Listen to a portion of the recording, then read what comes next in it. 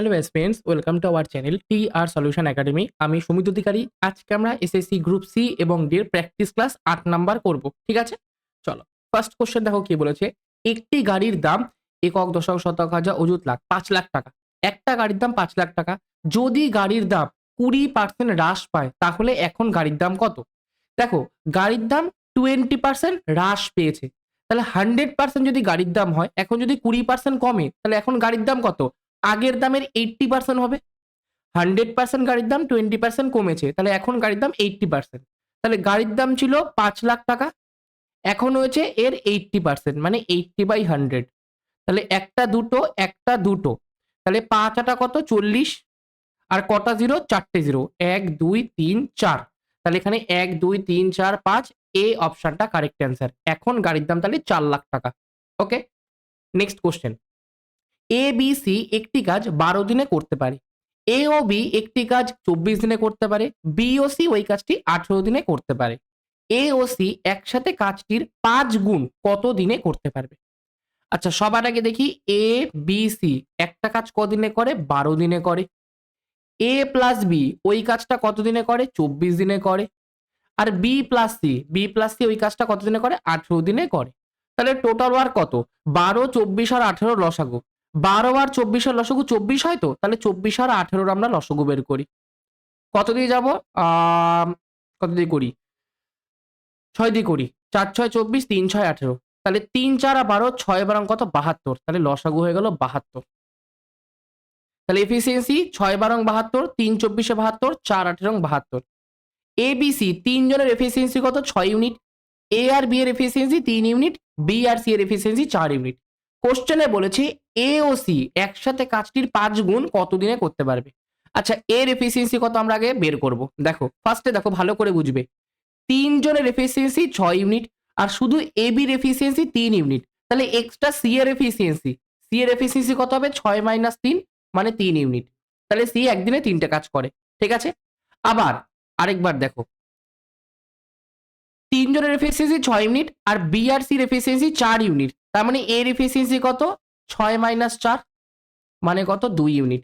তাহলে এ করে দুটো কাজ একদিনে, সি করে 3টে কাজ একদিনে। এ দুটো কাজ করে একদিনে, সি 3টে কাজ করে একদিনে। তাহলে দুজনে মিলে একদিনে কটা কাজ করে? এ আর সি মিলে একদিনে করে 5টা কাজ। ওকে, আমাকে বলেছে ওই কাজটির 5 গুণ কাজ কত দিনে করবে। টোটাল কাজ ছিল 72 ইউনিটের, এর 5 গুণ মানে 72 ইন্টু 5। এটা আমার এখন টোটাল কাজ। এই কাজটা এ আর সি মিলে করবে। এ আর সি একদিনে 5টা কাজ করে, তাহলে এই কাজটা কত দিনে করবে? এটা ডিভাইডেড 5। তাহলে 5 5 কেটে গেল, অ্যান্সার 72 দিনে করবে। বি অপশনটা কারেক্ট অ্যান্সার। ঠিক আছে, নেক্সট কোশ্চেন। 33 মিটার কাপড় বিক্রি করে পায়েলের 11 মিটার কাপড়ের বিক্রয় মূল্যের সমান লাভ করে, তাহলে লাভের শতাংশ কত? দেখো, সবার আগে লাভ বলেছে। লাভ মানে কি? লাভ মানে বিক্রয় মূল্য থেকে ক্রয় মূল্য মাইনাস করব। তাহলে 33 মিটার কাপড়ের সেলিং প্রাইস থেকে আমি যদি 33 মিটার কাপড়ের কস্ট প্রাইস বাদ দিই, তাহলে আমাদের প্রফিট হবে। প্রফিটটা কি বলেছে? 11 মিটার কাপড়ের বিক্রয় মূল্যের সমান লাভ। তাহলে 11 মিটারের সেলিং প্রাইসের সমান লাভ হয়েছে। 11 এসপিটাকে বাদ গিয়ে নিয়ে আসছি, তাহলে মাইনাস হয়ে যায়। 33 এসপি থেকে 11 এসপি বাদ দিলে 22 এসপি পড়ে থাকে, আর সমান সমান এটাকে ডান দিকে নিয়েছি, 33 সিপি পড়ে থাকে। তাহলে এখান থেকে যদি আমি এসপি বাই সিপি করি, কত হবে? 33/22। 11 দিয়ে কাটলে 3, 11 দিয়ে কাটলে 2। ওই কাপড়ের ক্রয় মূল্য 2 টাকা, বিক্রয় মূল্য 3 টাকা। 2 টাকার জিনিসকে আমি 3 টাকায় বিক্রি করছি। লাভ কত হচ্ছে? 1 টাকা। কতর মধ্যে? 2 এর মধ্যে। তার মানে শতকরা কত? হাফ, মানে 50% লাভ। বি অপশনটা কারেক্ট অ্যান্সার। ওকে, নেক্সট কোশ্চেন। যদি এ ইস টু বি সমান সমান 2:3 এবং বি ইস টু সি সমান সমান 6:7 হয়, তাহলে A B plus B C is to A plus B. A B plus B C is to A plus B এর মান জানতে চেয়েছে। আচ্ছা, তোমাকে এ আর বি এর রেশিও দিয়ে দিয়েছে, বি আর সি এর রেশিও দিয়ে দিয়েছে। তাহলে এ বি সি এর রেশিও বের করতে পারবো, তিনটের মান। করি। A is to B is to C. A আর বি এর মান 2:3, আর বি আর সি এর মান 6:7। দেখো, এক জায়গায় বি এর মান 3, এক জায়গায় বি এর মান 6, এটা সম্ভব না। তাহলে আমাকে বি এর মানটা সেম করতে হবে। 3 আর 6কে আমরা সেম কি করে করব? তাহলে 3 আর 6কে সেম করতে গেলে 3 আর 6 লসাগু আনতে হবে। 3 আর 6 লসাগু কত? 6 হয়। তাহলে 2 জায়গাতে আমি 6 আনবো। নিচে তো 6 আছে, এখানে তো 6 আছে, তাহলে প্রথমটাকে 6 আনবো, মানে পুরো রেশিওটাকে 2 দিয়ে গুণ করব। কত হয়? 2 দুগুণী 4 ইস টু 3 দুগুণী 6, মানে এই 6 চলে আসলো, আর সি তো 7 বলেই দিয়েছে। তাহলে বেরিয়ে গেল a is to b is to c কত? 4 ইস টু 6 ইস টু 7। তার মানে a এর মান 4, b এর মান 6, c এর মান 7। এবার এটাকে কাজ করব। a b আছে, a 4 b 6, যোগ b আর c আছে, b 6 c 7, divided a plus b আছে, মানে 4 প্লাস 6। আচ্ছা, ওপর দিয়ে দেখো, ওপরে আমি 4 6 24 ওরকম গুণ করছি না, 6 কমন নিচ্ছি, তাহলে পড়ে থাকে 4 প্লাস 7, আর নিচে 4 আর 6 10, 7 আর 4 11, 11 আর 6 66/10, মানে 6.6। তাহলে 6.6 আমার কারেক্ট অ্যান্সার, সি অপশনটা সঠিক উত্তর। ঠিক আছে, যদি কোনো অঙ্ক তোমাদের বুঝতে প্রবলেম হয় সেটা আমাকে কমেন্টে জানাবে। ঠিক আছে, ঠিক আছে, সে যাই প্রবলেম হোক, যেখানটা প্রবলেম হবে কোশ্চেন নাম্বারটা মেনশন করে আমাকে কমেন্ট করে দেবে। ঠিক আছে, নেক্সট। 11টি সংখ্যার গড় 50, প্রথম 6টি সংখ্যার গড় 49 এবং শেষ 6টি সংখ্যার গড় 52, তাহলে 6 সংখ্যাটা কত? দেখো, এটা হচ্ছে রিপিটেশনের অঙ্ক। 11টা সংখ্যা বলেছে, 1 2 3 4 5 6, এটা 6 নম্বর সংখ্যা, 7 8 9 10 11। 11টার মধ্যে প্রথম 6টা সংখ্যার গড় বলে দিয়েছে, আর যেই লাস্টের 6টা বের করবো, দেখো 6 নাম্বার সংখ্যাটা রিপিট হচ্ছে দুটোর মধ্যেই। রিপিটেশনের অঙ্কে আমরা বলেছিলাম ডেভিয়েশন পদ্ধতিতে করলে খুব তাড়াতাড়ি হয়। কি করে হয় দেখো বলছি। 11টা সংখ্যার গড় কত? 50, যেরম আছে শুধু তোমরা পাতিয়ে নেবা আগে অঙ্কটা। 6টা সংখ্যার গড় 49, 6টা সংখ্যার গড় আমার 52। সবার ফার্স্টে দেখবা প্রথম যে 6টা সংখ্যার গড়, সেটা সকল সংখ্যার মানে 11টা সংখ্যার গড়ের থেকে কম না বেশি আছে? এটা 50 থেকে 49 কম আছে। কত কম আছে? 1 কম আছে। তাহলে 6টা সংখ্যার গড়ে 1 আমার কম আছে, তাহলে 6টা সংখ্যার সমষ্টিতে 6 কমবে, -6 হয়ে গেল, এটার কাজ মিটে গেল। এবার দেখবো এই 6 নাম্বারটা, 50 থেকে 52 কত বেশি আছে? 2 বেশি আছে। তাহলে 6টা সংখ্যার সমষ্টিতে কত বেশি? 6 দুগুণী 12 বেশি আছে। ওকে, হয়ে গেল, কাজ মিটে গেল। এইবার যেটা তোমাদের বেরোলো সেটাকে যোগ করে দাও। -6 প্লাস 12, মানে বেসিক্যালি 12 থেকে 6 মাইনাস, তাহলে অ্যান্সার 6 হয়, মানে +6, মানে বেড়েছে। তোমার যেটা বেরোবে, যাই তোমাদের অ্যান্সার বেরোক, প্লাসে বেরোক মাইনাস বেরোক, যা হবে সেটা মূল গড়ের সাথে করে দেবা, মানে 50 এর সাথে করে দেবা। তাহলে এখানে +6 আছে, 50 + 6 56 হয়ে গেল আমাদের ওই ষষ্ঠ সংখ্যা, মানে বি অপশনটা কারেক্ট অ্যান্সার। যদি বাই এনি চান্স এখানটা কিছু নেগেটিভ বেরোতো, তাহলে 50 থেকে ওটা মাইনাস করে দিতা, তাহলে তোমাদের ষষ্ঠ সংখ্যা বেরিয়ে যেত। যেটা রিপিট করে তার এটাই সব থেকে শর্ট ট্রিক আর কি, সব থেকে তাড়াতাড়ি করা এটাই নিয়ম। এছাড়া যদি বড় করে করতে যাও, তাহলে 11টা সংখ্যার সমষ্টি বের করবা, 6টা সংখ্যার সমষ্টি বের করবা, এই 6টার সমষ্টি বের করবা, এই 6 6 যোগ করবা, 12টা সংখ্যা বেরোবে, তার থেকে 11টা সংখ্যার সমষ্টি মাইনাস করবা, ওই রিপিটের অঙ্কটা তুমি পেয়ে যাবা। ঠিক আছে, ওটা লেন্দি প্রসেস আর কি। ঠিক আছে, নেক্সট। ক্ষুদ্রতম কোন সংখ্যাকে 20 42 63 দ্বারা ভাগ করলে প্রতি ক্ষেত্রে 1 ভাগশেষ থাকে? ক্ষুদ্রতম কোন সংখ্যাকে 20 42 63 দ্বারা ভাগ করলে প্রতি ক্ষেত্রে 1 ভাগশেষ থাকে? এই অঙ্ক তুমি কি করবা? এদের লসাগু বের করবা, তারপরে যোগ করবা, যেটা ভাগশেষ থাকছে সেটা যোগ করবা, তোমাদের অ্যান্সার চলে আসবে। ঠিক আছে, এটা তোমরা বাড়িতে হোমওয়ার্ক করে নিও। ঠিক আছে, আমরা একটুখানি শর্টকাট বলছি। দেখো, আমরা অপশন টেস্ট করব। সবার ফার্স্ট কথা, ক্ষুদ্রতম এমন সংখ্যাকে আমি যদি 20 দিয়ে ভাগ করি, 42 দিয়ে ভাগ করি, 63 দিয়ে ভাগ করি, তাহলে আমার 1 ভাগশেষ থাকছে। তার মানে যেটা আমাদের এলসিএম হবে, যেটা আমাদের এলসিএম হবে তার সাথে আমি যদি 1 যোগ করে দিই, তাহলে এটাকে আমি 20 দিয়ে ভাগ করি, 42 দিয়ে ভাগ করি, 63 দিয়ে ভাগ করি, আমার কত? 1 আমার রিমাইন্ডার থাকছে। ওকে, কারণ এলসিএম এর থেকে 1 বাড়িয়েছি, ওটাই রিমাইন্ডার আসছে। এইবার দেখো, একটা ভালো কথা তোমাকে বলি, কোন সংখ্যাকে আমি যদি 20 দিয়ে ভাগ করি, মানে কোন সংখ্যা যদি 20 দ্বারা বিভাজ্য হয়, তার ইউনিট ডিজিট সবসময় 0 হবে।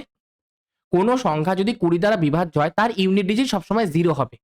তাহলে যদি আমি এমন একটা সংখ্যা আছে যেটাকে ভাগ করছি, আমার 1 রিমাইন্ডার আসছে, তাহলে তার ইউনিট ডিজিট 0 + 1 মানে 1 হতে হবে। যদি কোনো সংখ্যাকে ভাগ করার ফলে 1 রিমাইন্ডার আসে, তার মানে এমন একটা সংখ্যা ধরো XYZ, এটাকে আমি ভাগ করছি 20 দিয়ে, তাহলে রিমাইন্ডার 1 আসছে, তার মানে এখানটা আমার শুধুমাত্র 1ই থাকা সম্ভব। তাহলে তো একটা বাদ চলে গেল, 0 আমার পুরোপুরি ভাগ হয়ে গেল। তাহলে ইউনিট ডিজিট আমার 1 থাকতে হবে, তাহলেই ওটা 20 দ্বারা ভাগ করলে 1 ভাগশেষ থাকে। এবার অপশনে দেখো, প্রথম অপশনে ইউনিট ডিজিটে 1 আছে, পরের অপশনে 1 আছে, এটাও অ্যান্সার হবে না, এটাও অ্যান্সার হবে না, বাদ চলে গেল। অনেকটা অঙ্ক ইজি হয়ে গেল। 50% অপশন আমরা এলিমিনেট করে দিলাম। আমাদের হতে পারে 1 আর 2 এর মধ্যে। এবার কথা, এদের মধ্যে কোনো একটাকে ভাগ করলে 1 রিমাইন্ডার আসে, তাহলে 1 রিমাইন্ডার আসে, মানে এর থেকে যদি আমি আগেই 1 মাইনাস করে দিই, তাহলে এটা 1240 হয়ে গেল, এটা 1 মাইনাস করলে 1260 হয়ে গেল। এই যে দুটো সংখ্যা, এই দুটো সংখ্যার মধ্যে যে কোনো একটা সংখ্যা 20 দ্বারা বিভাজ্য হবে, বা 42 দ্বারা বিভাজ্য হবে, 63 দ্বারা বিভাজ্য হবে, তাই তো? কারণ যদি 1241কে আমি ধরো ভাগ করলাম, এক রিমাইন্ডার আসলো, তাহলে 1241 থেকে এক কম 1240, আমার পুরোপুরিভাবে ওটা ভাগ যাওয়া সম্ভব ছিল। এইবার দেখো, এইবার আমরা বের করব 63। 63 মানে 7 নং 63, মানে এমন একটা সংখ্যা যেটা 7 দ্বারাও ভাগ যায় আবার 9 দ্বারাও ভাগ যায়, সেটা 63 দ্বারা ভাগ যায়।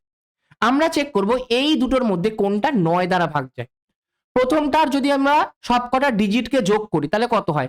4 5 6 7, ডিজিটাল সাম 7 আসলো, মানে এটা 9 দ্বারা ভাগ যায় না। এটা 6 7 8 9, এটা ডিজিটাল সাম 9 আসলো, শুধুমাত্র বি অপশনটাই আমাদের সঠিক উত্তর হতে পারে। 1260কে আমি যদি 63 দ্বারা ভাগ করি, ওটা ভাগ যাবে। 1260 এক বাড়িয়ে দিলাম 1261, ওটাকে যখন আমি 63 দিয়ে ভাগ করব, ওই যে এক এক্সট্রা আছে সেটা রিমাইন্ডার চলে যাবে, তাহলে এক ভাগশেষ থাকবে। ক্লিয়ার?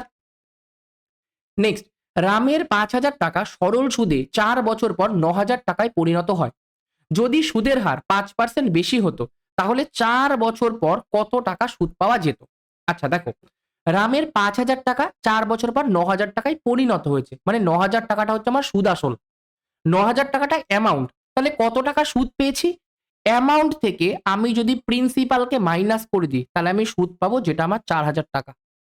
এই 4,000 টাকা সুদ পাচ্ছি আমি এই যে 4 বছরে, তাহলে এক বছরে ক টাকা সুদ পাচ্ছি? 1,000 টাকা সুদ পাচ্ছি। 5,000 টাকাকে ইনভেস্ট করে আমি বছরে 1,000 টাকা সুদ পাচ্ছি, তাহলে সুদের হার কত? 1,000 টাকা সুদ পাচ্ছি 5,000 এর মধ্যে, তাহলে শতকরা কত সুদ পাচ্ছি? ইন্টু 100%। একটা দুটো একটা দুটো একটা একটা 5 20 100, তাহলে 20% আমি ইন্টারেস্ট পাচ্ছি। ওকে, এবার একটু ক্লিয়ার করে দিই। তাহলে প্রথমে আমি 20% ইন্টারেস্ট পাচ্ছিলাম। কোশ্চেনে বলেছে যদি সুদের হার 5% বেশি হতো, 5% বেশি মানে এর থেকে 5 বেড়েছে 25% হয়েছে। যদি আমি এখন 25% সুদ পাই, তাহলে 4 বছর পর কত টাকা সুদ পাবো? কোশ্চেনে এখানটায় অনেকে গন্ডগোল করে, অনেকে সবাই সুদাসল ভেবে নেয়। যেহেতু ফার্স্টেও আমার সুদাসল বলেছিল, অনেকে ভেবে নেয় এখন আমাকে সুদাসলই জানতে চেয়েছে, কিন্তু সুদ জানতে চেয়েছে। আচ্ছা, প্রতি বছর আমি 25% করে সুদ পাচ্ছি, প্রত্যেক বছর 25% সুদ পাচ্ছি, তাহলে 4 বছরে কত পার্সেন্ট সুদ পাবো? 25% ইন্টু 4, তাহলে 4 25 100, মানে 100% সুদ পাবো। 100% সুদ মানে কি? যে টাকা ইনভেস্ট করবো তত টাকায় সুদ পাবো। 100%ই তো আমার মূলধন হয়, তাহলে মূলধনও 100%, ইন্টারেস্টও 100% পাচ্ছি। তাহলে সুদ কত পাবো? 5,000 টাকা ইনভেস্ট করেছি, আমি 5,000 টাকায় সুদ পাবো, মানে সি অপশনটা কারেক্ট অ্যান্সার। ঠিক আছে? আর যদি এটা অ্যামাউন্ট বলতো যে কত টাকায় পরিণত হবে, তখন আমার 10,000 অ্যান্সার হতো। ঠিক আছে? নেক্সট কোশ্চেন, একটা সিম্পলিফিকেশন আছে। ওকে, আচ্ছা ভালো করে ট্রাই করবে, ভিডিওটাকে পজ করে তোমরা একটুখানি সলভ করো। ঠিক আছে? দেখো ভালো করে বুঝবে। ফার্স্টে সবার আগে আমাদের সিম্পলিফিকেশনে ফার্স্ট ব্র্যাকেটের কাজ সবার আগে হয়, মানে এইটুকুনির কাজ সবার আগে হবে। তারপরে অফের কাজ হয়, অফের পরে ডিভিশন, তারপরে মাল্টিপ্লিকেশন, তারপরে অ্যাডিশন, তারপরে সাবট্রাকশন। তাহলে সবার আগে এইটুকুনির কাজ করি। এইটুকুনির মধ্যে বিয়োগ আছে আবার গুণ আছে, তাহলে গুণের কাজটা আগে হবে। চলো করি। তাহলে এটা করলে 1/4 মাইনাস 1/3 5 15 হলো। লসাগু করলে 60, তাহলে 4×15 4×60, 15 মাইনাস 4 মানে 11/60। এই যে 11/60 এর সাথে 3/4 যে মাঝখানটা অফ এর সম্পর্ক আছে। যদি ব্র্যাকেটের বাইরে আর ব্র্যাকেটের ভেতরে কোনো চিহ্ন না থাকে, তার মানে ওটা অফের সম্পর্ক। অফের সম্পর্ক মানে কি? আমি একটুখানি মানে যদি একটুখানি সিম্পলিফাই করি, একটু মুছে দিই। 11/60 এসছে, তো এটা 11/60 আমরা লিখে দিলাম। এবার একটু সিম্পলিফাই করছি। প্রথমটাকে ভাঙাচ্ছি, 11 1 11, 12 13 14, 15/11, তারপরে ভাগ চিহ্ন, তারপরে সেকেন্ড ব্র্যাকেট আছে, তারপরে থার্ড ব্র্যাকেট আছে 11/80। এইবার ডিভাইড আছে, ডিভাইডে কি আছে? 3/4, তারপরে অফ আছে 11/60। তাহলে সবার আগে এইটুকুনি অফের কাজ আগে হবে। অফের কাজ হওয়া মানে কি হবে? 3 দিয়ে 3 20 60, তাহলে 11/4 দুগুনি 8 80। তাহলে এটা মুছে একবারে করে দিলাম 11/80। তারপরে ডিভাইড আছে, 6 কে 6 আর 5 11/6, মুছে দিলাম। প্লাস 9/11, সেকেন্ড ব্র্যাকেট ক্লোজ, এগুলো সব মুছে দিলাম। এইবার দেখো, সেম সংখ্যাকে সেম সংখ্যা দিয়ে ভাগ করছি, তাহলে কত হয়? 1 হয়। আমি এই লাইনেই করে দিচ্ছি, ঠিক আছে, আর কাটাকাটি করলাম না, 1 হয়। 1 কে ভাগ করছি এত দিয়ে। এই ভাগটাকে যদি আমি গুণে পরিণত করতে চাই, তাহলে কি করব? ডান দিকেরটা উল্টে দেবো, 6/11। আর 1 দিয়ে 6/11 কে গুণ করা মানে এটাই হয়। তাহলে এটা আমাদের থার্ড ব্র্যাকেটে ছিল, এখানে সেকেন্ড ব্র্যাকেট ছিল। এবার যোগ আমার 9/11 আছে, আর এখানটা ভাগ আছে কত? 15/11। ওকে, আচ্ছা এই ব্র্যাকেটের কোনো কাজ নেই, কারণ এখানে চিহ্ন আছে প্লাস চিহ্ন। তাহলে 15/11, তারপরে ভাগ আছে, এটা লসাগু হয় 11, ওপরে 6 প্লাস 9, 6 আর 9 কত 15, তাহলে একবারে 15 করে দিই। আবার দেখো সেম সংখ্যাকে সেম সংখ্যা দিয়ে ভাগ করছি, তাহলে অ্যান্সার 1, মানে বি অপশনটা কারেক্ট অ্যান্সার। ওকে, নেক্সট কোশ্চেন, যদি 7 3 a 2 1 5 এটা 11 দ্বারা বিভাজ্য হয় এবং 5 6 b 2 6 এটা 9 দ্বারা বিভাজ্য হয়, তাহলে a প্লাস b এর মান কত?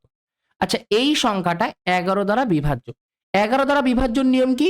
বিজোড় সংখ্যক স্থানে যে সকল সংখ্যা আছে তাদের সমষ্টি, মানে প্রথমের সাথে 3 নাম্বার সংখ্যা নেব, তার সাথে 5 নাম্বার সংখ্যা নেব, সমষ্টি করব, কত হয়?